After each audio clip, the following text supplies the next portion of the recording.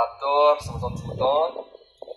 Di kamus kita, kamus bahasa Sasak laut. Ya, berbe Pak ya, teman. Apalah. Bahasa Sasak laut, bahasa Indonesia, bahasa Inggris. Inggris ya. Telu bahasa berarti. Telu bahasa dari Indonesia. Ya. Apa berbe ya, bahasa Melayu. Bahasa Melayu ya. Bahasa Indonesia, bahasa Inggris.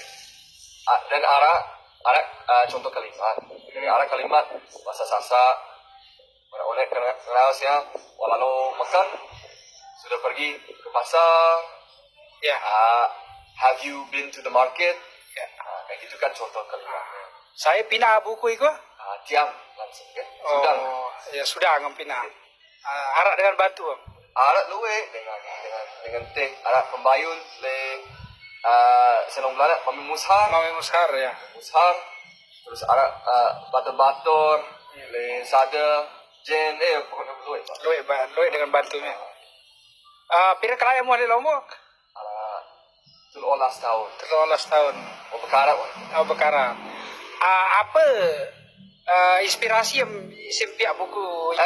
Mulut suruh batur mulut. Suruh si batur. Batur ya arak program. Andrew sudah nak le selong. Cuma dia kamus. Kita. Ya tahu ya. Hobi. Hobi. Belajar bahasa. Bahasa daerah.